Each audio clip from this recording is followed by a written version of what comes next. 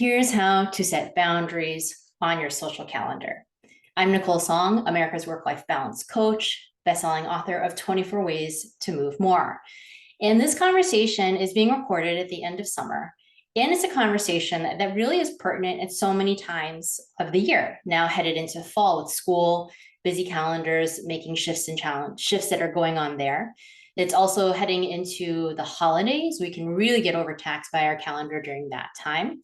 We can really face it when we're emerging from winter into spring. So there really isn't any time I find that this conversation isn't useful, and it's especially useful at a time where, like, oh my gosh, we've come out of COVID.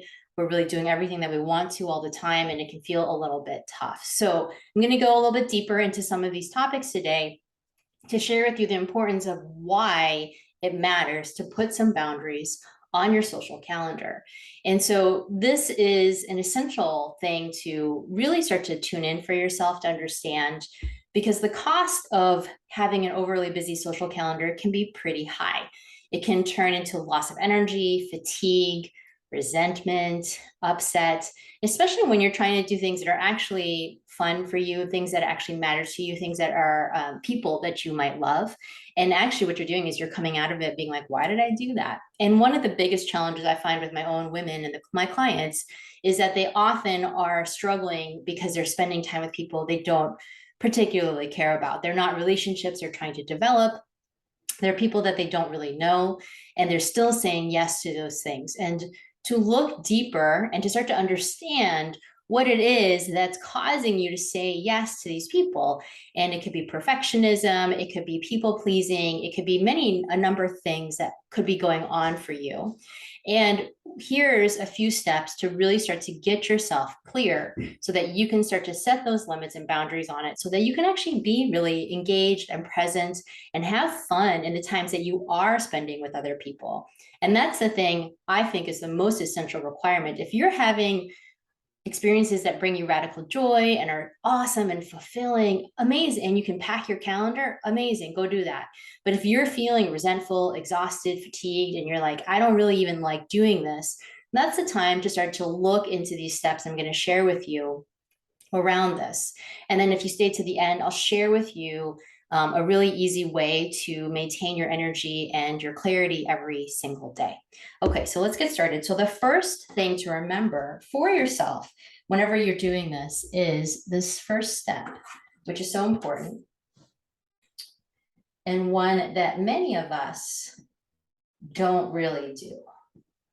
And this is a simple one called know your limits, right?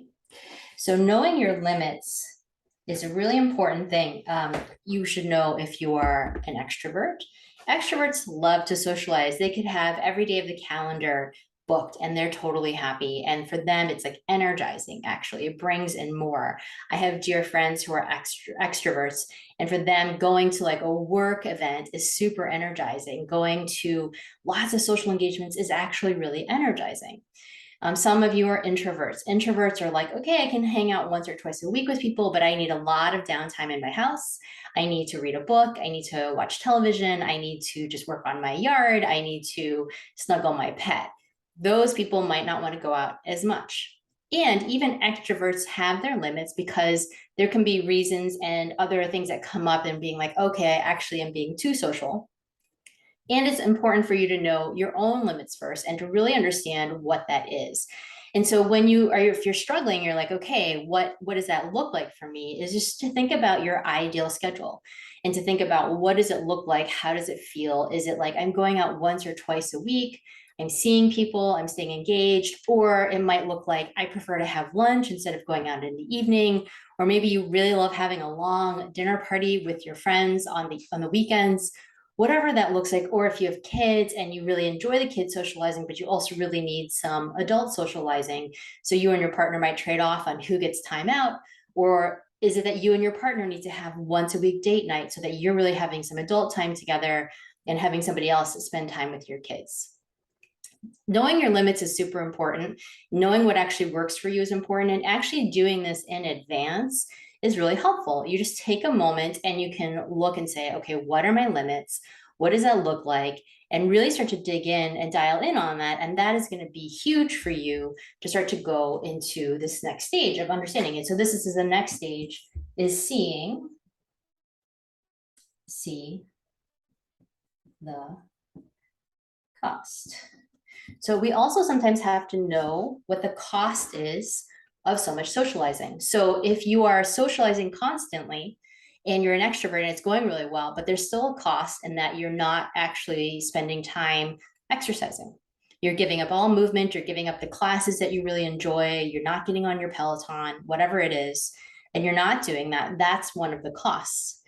Sleep is a big cost I see for so many people, where they are staying out super late till 11 at night, midnight, and then they're getting up late in the morning and it's really hard and they're only getting 6 hours of sleep a night. And really what they need is like 8. So that is one of the costs of socializing too much. Other costs could be, not actually having enough downtime with your own family, whether it's your kids or the partner or whatever, or by yourself, if you're someone who lives alone and you really actually need and cherish that time. So what is the cost of the socializing, of the busyness? Sometimes the costs are hidden, like I don't have enough time to clean my house and like really get connected to myself. Sometimes the costs are I'm just not doing other things that actually do matter to me. It could be like keeping up on your yard, or whatever it looks like, making sure that you're seeing your own family. So these are all the costs you want to take a look at and really see for yourself what those costs are. And when you're starting to see those costs, that's like the good insight for yourself of like, okay, maybe it is time for me to start to set some boundaries on my social calendar. And we also have to watch too, sometimes the reason we're saying yes to things is we just are having FOMO rather than we really want to do it, which leads me to the next thing that you really want to do is learn how to say no. So it is totally possible to say no, and it's important to learn to say no sometimes to people. And how you do this is come into an innate guidance system that you all have called your intuition. And when your intuition will never lead you astray, it would always tell you yes or no in a correct way. And so first tuning into yourself and tuning in, learning to discern your intuition, get connected to your intuition. What does that feel like? What does that look like for you and your body? And when you are really tuning into your innate guidance system, then you'll start to understand on a deeper level that there are things to say no to and things to say yes to. And so sometimes you might feel like, this happened to me recently, where I had come out of a really, really busy stretch, lots of visitors and lots of things that were going on. And then friends reached out with the last minute weekend permits to go backpacking on a place that's really difficult to get permits for. Like they had got them 6 months in advance. And so in that place, like my intuition really said, yes, go. Even though my logical mind was like, I'm tired, I'm busy, I've had packed weekends, and I really don't know that I want to do it. And then really my intuition told me, yes, go do it. And I have to say, it was like one of probably the most memorable thing I've done this summer. So this is the thing to start to remember for yourself, that you have this innate guidance system that can tell you yes and can tell you no. And when it's telling you no, the most important thing to remember with no is that to do it as far in advance as possible. So if you're telling people last minute no, that has like a much bigger impact. It's much more challenging for people to receive a no very close to the event itself. If you give them a no farther out in advance, they're more likely to be like, okay, like we can make that work. And so really the key here is for you to start to understand that you do have this innate guidance system, that you can tune into it at any time. And the more you tune into it and the more clarity you have with it, it actually also saves you so much energy and so much time when you're listening to your intuition and really accessing it on a regular basis. Because when you're accessing your intuition, then you're going to actually be able to understand your yes, no, and then you can actually start to say no. A lot of times people think no is just something they have to do all the time, or like, I have to just be in reaction to whatever else is going on out there.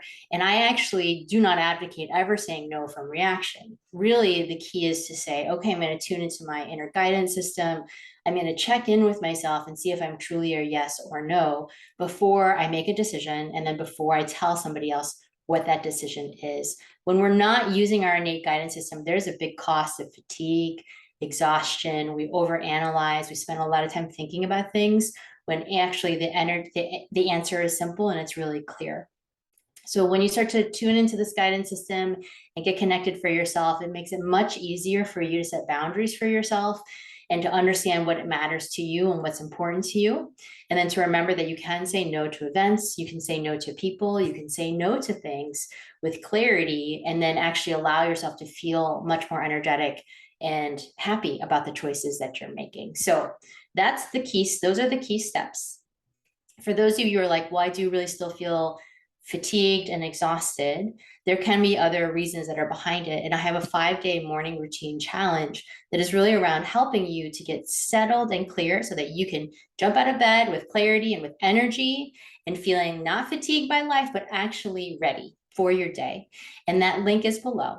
And if everything or anything that I've been saying is resonating with you, pop in an insight or a takeaway below and let me know if this is really like, yeah, like, yes, I really am resonating with this, and this is something for me to work on, and any insights that you may have gotten from this video. And so please hit like. Also, if this resonated for you, hit subscribe. I'm so grateful that you're here and spending your time with me this way. I look forward to seeing you all again so soon.